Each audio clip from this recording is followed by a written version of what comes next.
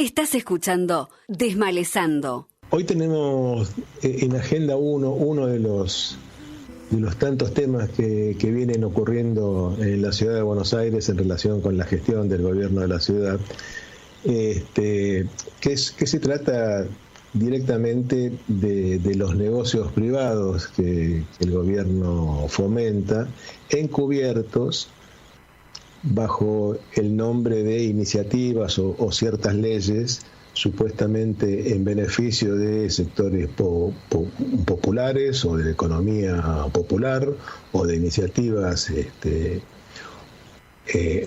para favorecer a los sectores más vulnerables, pero que en realidad encubren directamente facilidades y beneficios para las empresas privadas, ¿no? Así que, bueno, vamos a hablar con Eva Cousovitis, que es ingeniera civil, fue fundadora del Observatorio por el Derecho a la Ciudad, y es una militante que vive realmente con el trabajo de investigar y denunciar todas estas maniobras que se van haciendo en la ciudad de Buenos Aires. La verdad que es de lo más paradójico y preocupante que en nombre de políticas productivas y de integración, en realidad lo que se va fomentando es algo segregativo y la expulsión, ¿no? Porque son políticas que lo que hacen es que lo local, lo barrial, quede absolutamente corrido, ¿no? En términos de los comercios y demás, y de estas empresas que se van a instalar en función de las exenciones impositivas de estas leyes, pero lo que van a hacer es que las personas, es como una etapa de expulsión, ¿no? De los barrios populares de las personas, ¿no? Bueno. Exacto. Bueno, sí, ya estamos en comunicación entonces con nuestra invitada. ¿Qué tal, Eva? Liliana Martínez y Gustavo Pacman, te saludamos aquí en Desmalezando. ¿Qué tal? Buenas tardes, ¿cómo están? Buenas tardes a todos, a todas. ¿Cómo estás? Buenas tardes, muchas gracias por prestarte a nuestra invitación y a conversar. Bien. No, gracias a ustedes por el espacio. No, por favor. Justamente, bueno, habíamos hablado con vos ya hace un tiempo largo, hace más de un año, y volvemos a convocarte porque el gobierno de la ciudad no deja de producir motivos para denuncias, investigaciones y horrorizarse, ¿no? Y justamente una de las cuestiones que están en danza es la llamada ley Pharmacity, que en realidad, como creo que vos vas a poder ir contándonos con más detalle, se trata de una de las tantas iniciativas que bajo la fachada de hacer aportes a los barrios populares y favorecer las iniciativas en esos barrios, en realidad apunta a favorecer negocios privados y a la apropiación de tierras públicas, ¿no? Así que bueno, si te parece, te pedimos que nos ayudes a comenzar a trabajar un poquito el tema. Bueno, la realidad es que hace un par de meses fue noticia que el jefe de gobierno estaba inaugurando un local de Pharmacity en el barrio de Fraga. No sé si lo recuerdan. Y eso pasaba justo un año después que la legislatura porteña aprobara el proyecto denominado Distrito de Integración Productiva e Impulso al Trabajo en Barrios Populares. Uno de los tantos distritos con los que la gestión del PRO no solo va fragmentando nuestra ciudad, sino que además la fragmenta con la lógica del negocio. Y tenemos muchos ejemplos. El distrito joven, el distrito vino allá en la Comuna 11. Y este distrito que se lo conoce como el distrito Pharmacity o el distrito Barrios Populares. Lo cierto es que este proyecto poco tiene que ver con la integración productiva y mucho menos tiene que ver con el impulso al trabajo. ¿Por qué? Porque las empresas que se instalen en este distrito, que inicialmente está formado por los barrios de Rodrigo Bueno en la Costanera Sur, del Playón de Fraga en Chacarita, Carlos Mujica en Retiro y Villa 20 en Lugano, van a poder descontar hasta el 80% del pago de ingresos brutos. ¿Cómo ¿cómo van a poder descontarlo? Derivando parte del dinero que invierten de este impuesto. Y la verdad es que además lo pueden descontar del total de actividades económicas que desarrollan en la ciudad de Buenos Aires. Ahora, en relación con esto, yo no sé si ustedes me escuchan bien, tamaño, porque yo escucho además otra radio, capaz que... A ver. Está acoplado. Ahí está. Ahí está, ahora nos escucha súper. Sí, si no te vamos a enloquecer. No, bueno, yo te iba a preguntar, ese nivel de beneficios que se otorga a las empresas privadas, ¿se les otorga también cuando hay proyectos comunitarios? No, la verdad es que no. A ver, para que se entienda, porque no es sencillo, las empresas que se instalen en este distrito van a poder descontar del impuesto de ingresos brutos hasta el 80%. ¿Qué es lo que pueden descontar? Pueden descontar el pago del alquiler, pueden descontar cualquier mejora o cualquier construcción que estén llevando adelante y, por supuesto, para poder acceder hay que cumplir algunos requisitos, sobre todo requisitos impositivos y fiscales, porque para acceder hay que ser una empresa, hay que ser responsable inscripto o hay que ser monotributista de las más altas categorías, por ejemplo, a partir de la categoría E. Y claro, los pequeños comerciantes de los barrios populares, que son los verdaderos motores de la actividad económica barrial y de la generación de empleo genuino, no pueden acceder a estos beneficios.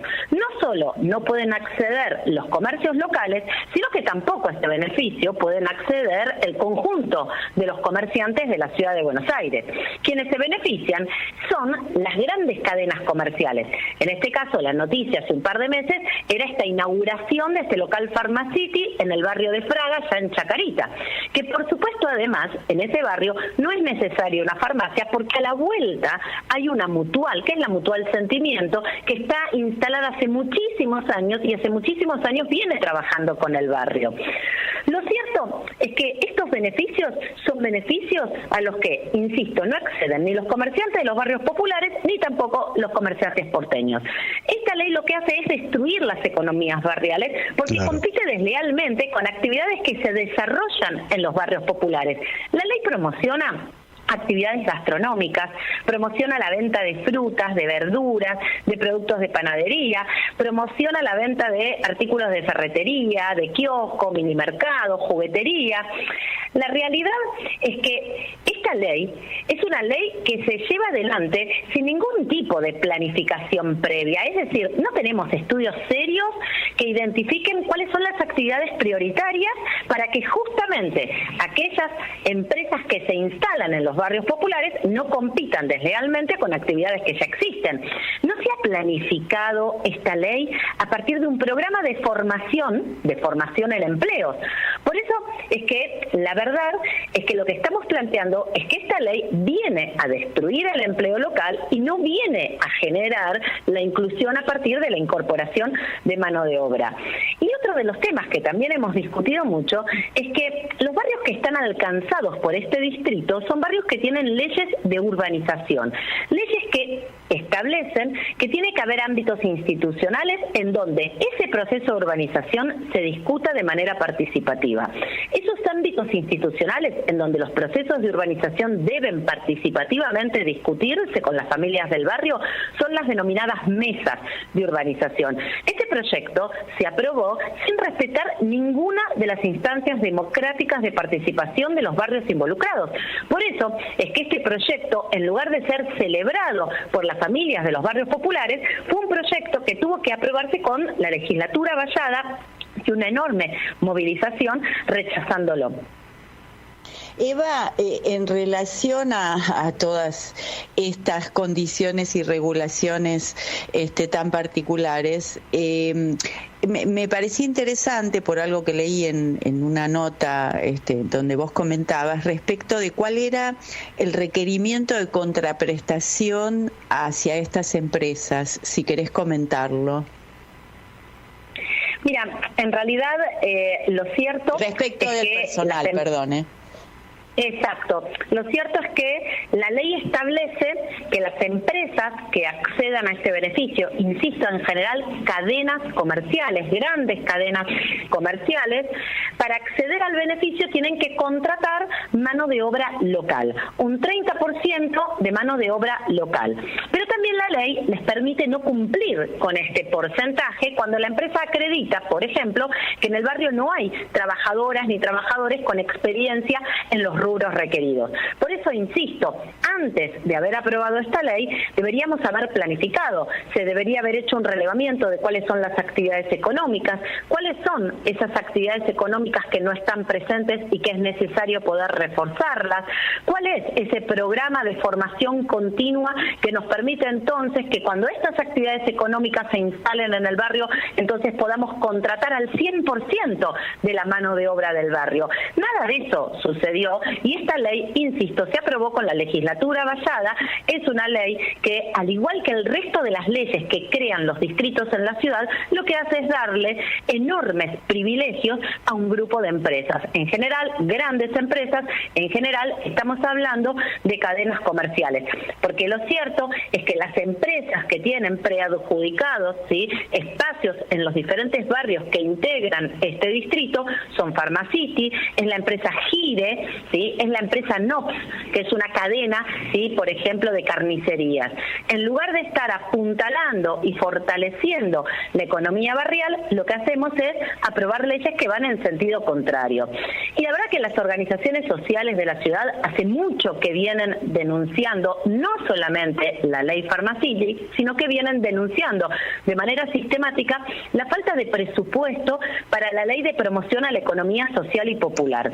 Si solamente analizamos algunos números respecto a la ejecución del presupuesto del año pasado, vamos a ver cuáles son las prioridades de este gobierno. Prioridades que no tienen nada que ver con promover la economía social, popular y la integración. Porque, por ejemplo, para fomentar la comercialización de la economía social y popular, algo estratégico para incentivar a este sector de la economía, fomentar, comercializar estos productos, lo cierto es que el año pasado el gobierno destinó en todo el año el 5% del presupuesto que destinó para el Día Mundial del Asado.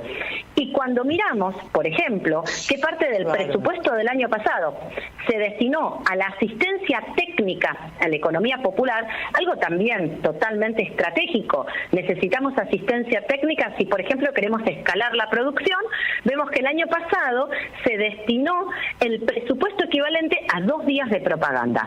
Por eso, detrás de esto hay, como siempre, un enorme marketing, una enorme superficialidad. Y cuando empezamos a analizar en detalle esta ley, vemos que justamente esta ley poco tiene que ver con la generación de empleo y poco tiene que ver, ¿sí?, con la integración de los barrios populares.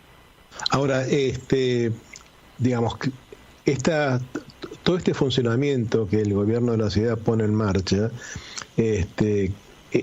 enmarcado en estas leyes que son cáscaras o que son formas de disimular otros movimientos, tienen como múltiples aspectos complicados en juego. Uno, todo esto que vos estabas comentando acerca de la competencia desigual, que se traduce, supongo que también es una cosa prácticamente expulsiva de la posibilidad de la gente que vive en los barrios de iniciar actividades porque están directamente imposibilitados de competir con estos pulpos.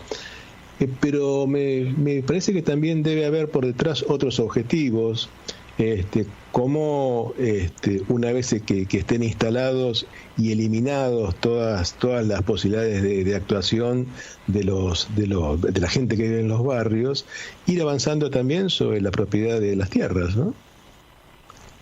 Sí, la verdad que nosotros analizamos este proyecto por supuesto, en el contexto que corresponde, como una etapa más en el proceso de expulsión de los habitantes de la Villa Porteña, porque no solamente está atentando de manera directa a la actividad que ya existe, sino que también incrementa los valores inmobiliarios, y finalmente acá lo que estamos discutiendo es una ley para empresas, no una ley para barrios populares.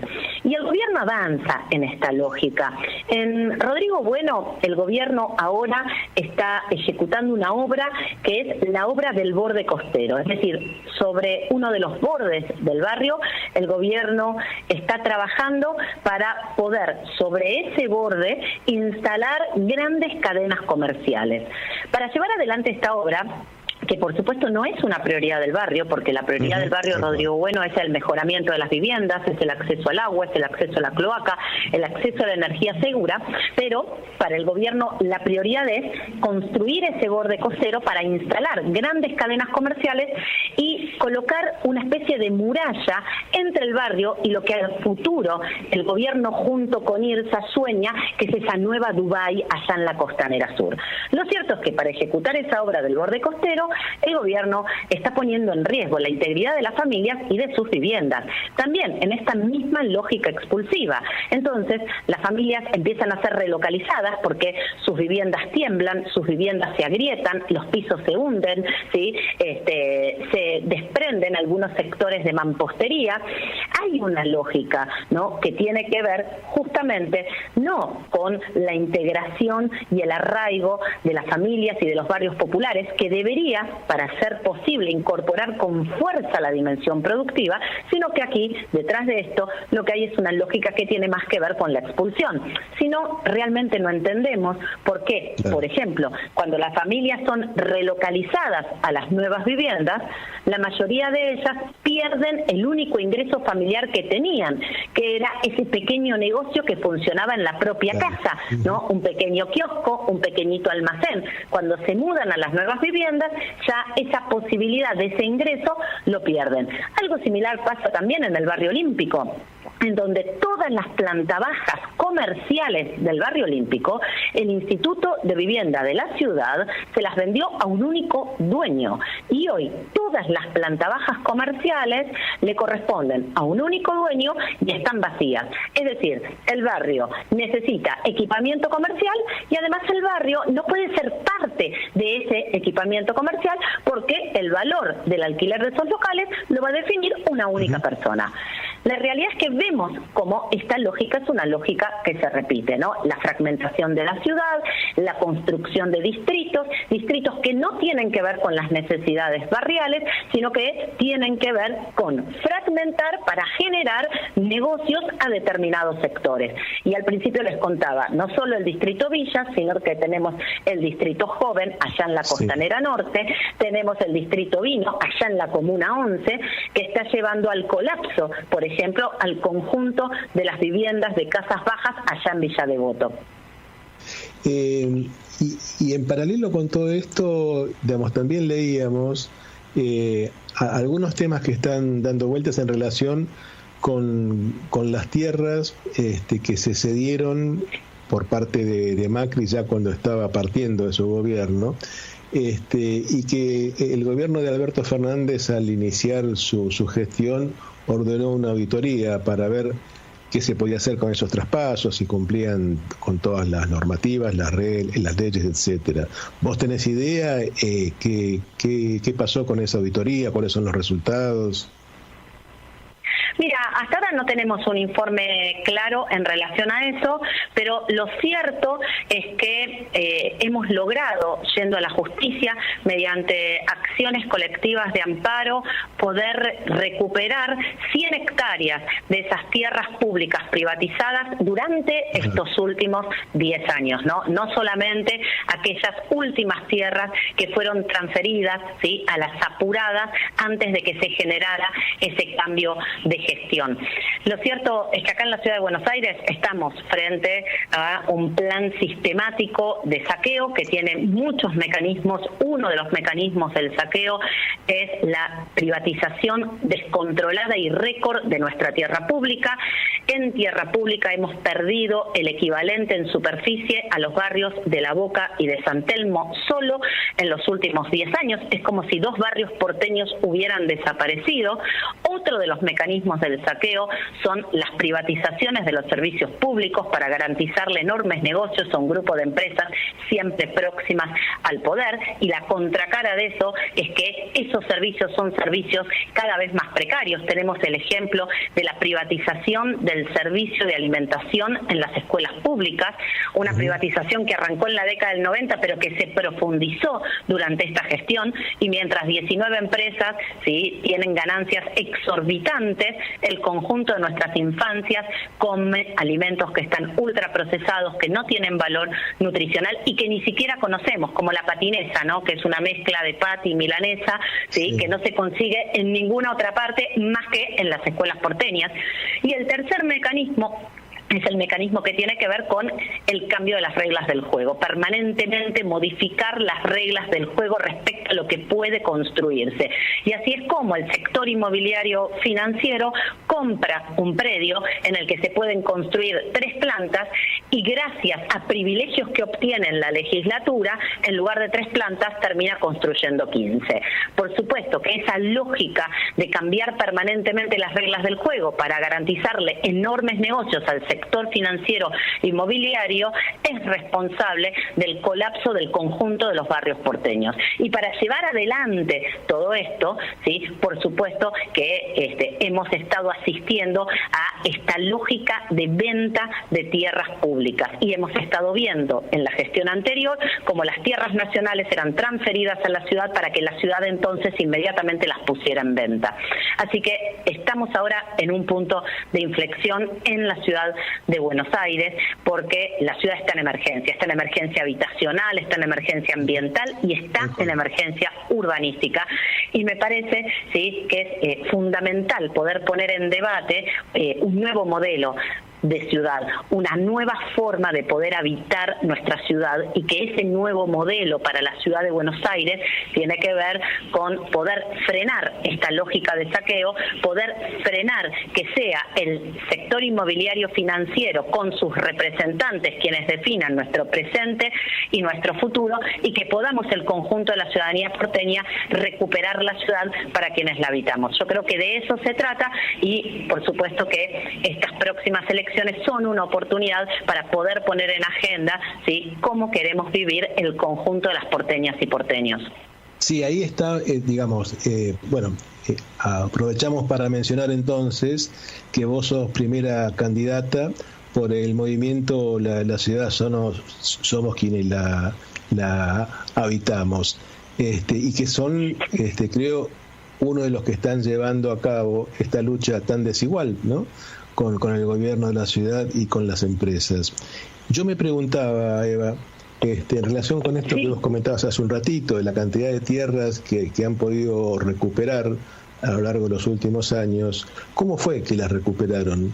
Porque en esta batalla ustedes tienen en contra a la justicia de la ciudad, tienen en contra a la justicia nacional, tienen en contra al gobierno de la ciudad. ¿Cómo han logrado ese milagro de recuperar tierras? Mira, esas 100 hectáreas de tierras públicas que pudimos recuperar en todos estos años fue justamente recurriendo a la justicia, en primer lugar, con acciones colectivas de amparo, pero también haciendo un gran esfuerzo para poder visibilizar esta lógica del saqueo, porque sin duda, ¿no? La justicia es una herramienta, pero no es la solución. Nosotros acá lo que tenemos es que poner en discusión de qué manera queremos habitar en nuestra ciudad. Y hemos logrado en la justicia frenar la venta ilegal de 100 hectáreas de tierras públicas. Hemos podido visibilizar también en conjunto con la ciudadanía porteña la importancia de recuperar nuestra costanera y el río. Recordemos que nuestra Constitución, el Plan Urbano Ambiental y nuestra historia nos mandata a recuperar la costanera y transformarla en un parque 100% verde y público, y así fue como logramos, recurriendo a la justicia, frenar hasta el momento la venta definitiva de Costa Salguero. Así fue como también logramos poner en agenda la importancia de defender allá en la Costanera Sur el humedal, ese gran predio que tiene IRSA y en donde el gobierno junto con IRSA lo que quieren es construir esa nueva Dubái, no solamente generando impactos ambientales irreversibles para la ciudad de Buenos Aires, es un predio de 70 hectáreas, es un humedal, es un importantísimo pulmón verde, sino que también poniendo en juego al barrio Rodrigo Bueno y a la reserva ecológica. El gobierno avanza prácticamente sin límite, privatizando las tierras públicas y generando, la verdad, un mecanismo muy perverso, porque la ciudadanía porteña aporta la tierra. La ciudadanía porteña aporta el dinero para invertir y generar infraestructura. Y luego el gobierno le entrega la explotación a un privado. Un ejemplo típico es lo que sucede, por ejemplo, en el Bar de la Memoria, ¿no? En la confitería de la Memoria, en donde los porteños hemos aportado la tierra pública, en donde hemos aportado 120 millones de pesos para construir una confitería, y a valores absolutamente irrisorios, el gobierno le entrega la explotación de esa confitería a un privado. De la misma manera, en Punta Carrasco. En Punta Carrasco aportamos la tierra pública, 4,5 hectáreas de tierras públicas. ¿Para qué? Para que una empresa, Punta Carrasco Sociedad Anónima, que desde la década del 90 está explotando nuestras tierras públicas en la Costanera Norte, construye una mini ciudad. Torres, bares, restaurantes, en la reserva ecológica, es decir, no hay límites ya. En la reserva ecológica también estamos aportando la tierra, estamos haciendo un gasto de 40 millones de pesos, el gobierno con la tierra de los porteños, con el dinero de los porteños, está construyendo 2 bares, algo que está expresamente prohibido por otra parte, por el Código Urbanístico, está prohibido por el Plan de Manejo de la Reserva, pero luego esos 2 bares se los va a dar a valores viles a que los explote un privado. Acá hay una lógica saqueadora que está condicionando nuestro presente, que está hipotecando nuestro futuro y que precariza el cotidiano de nuestros días. Por eso es fundamental poder terminar con esto.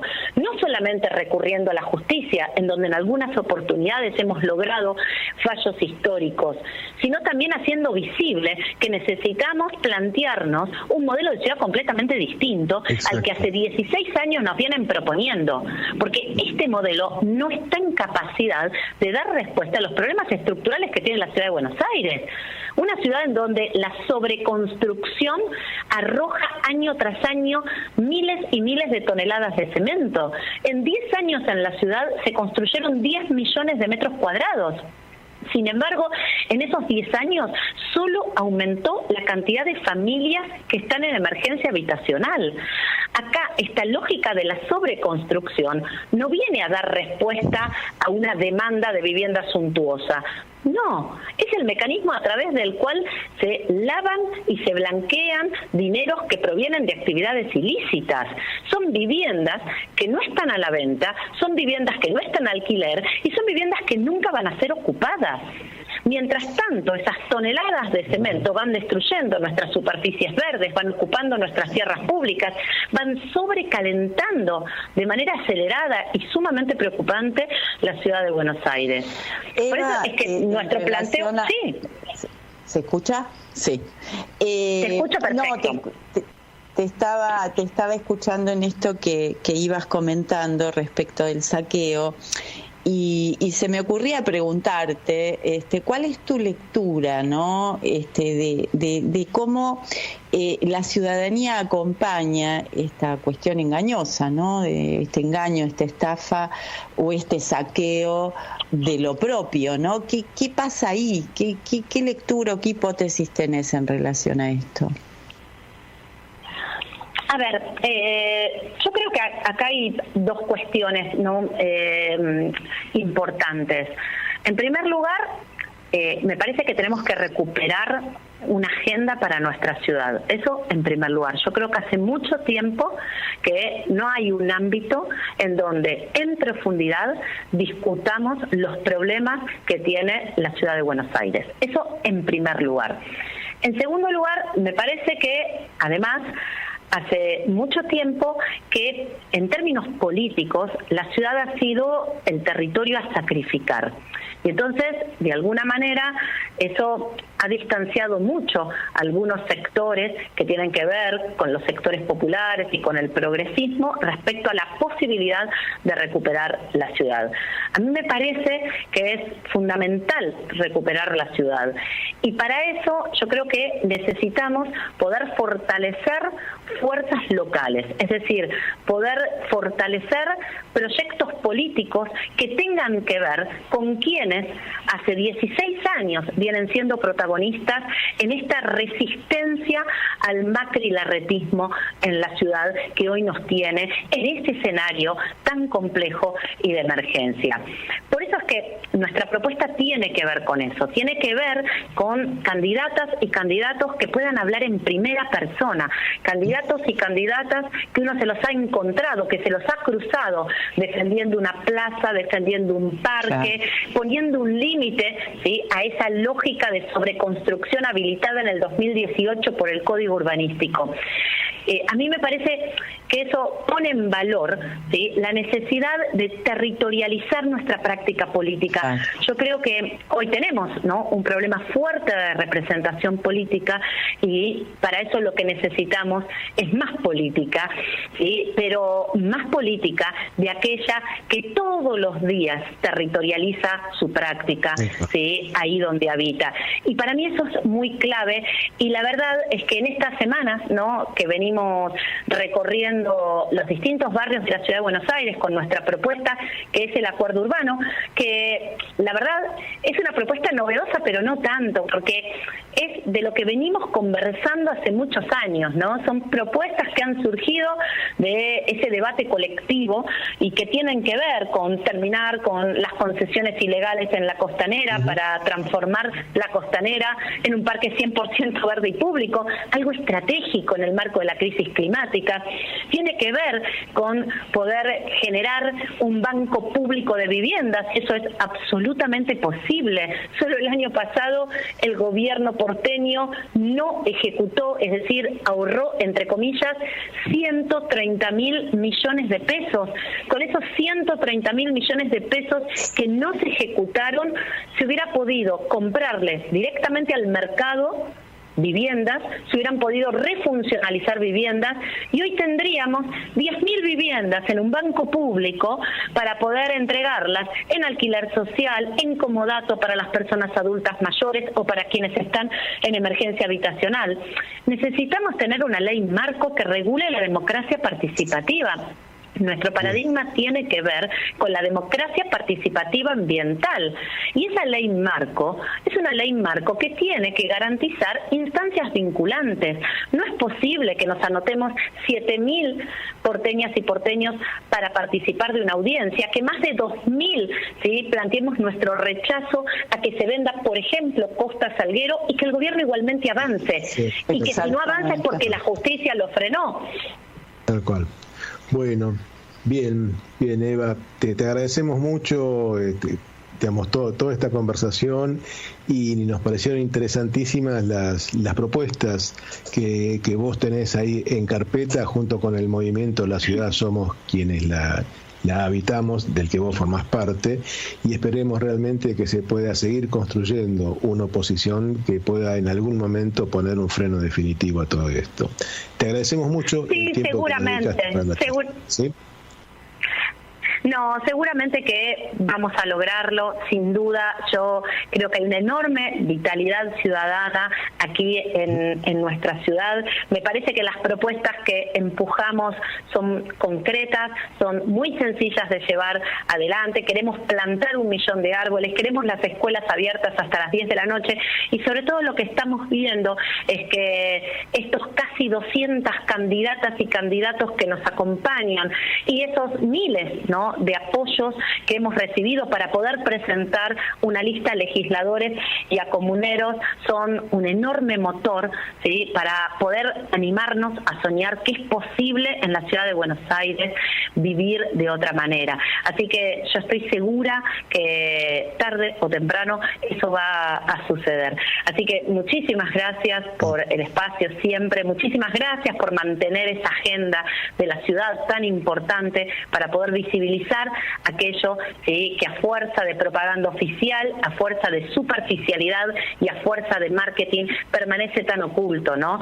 Y termina convenciendo a las familias porteñas que si no les va bien es porque no se esforzaron lo suficiente. No nos va bien, lamentablemente, porque acá hay un modelo de saqueo, ¿sí?, que está instalado, que está funcionando y que está precarizando el cotidiano de nuestros días.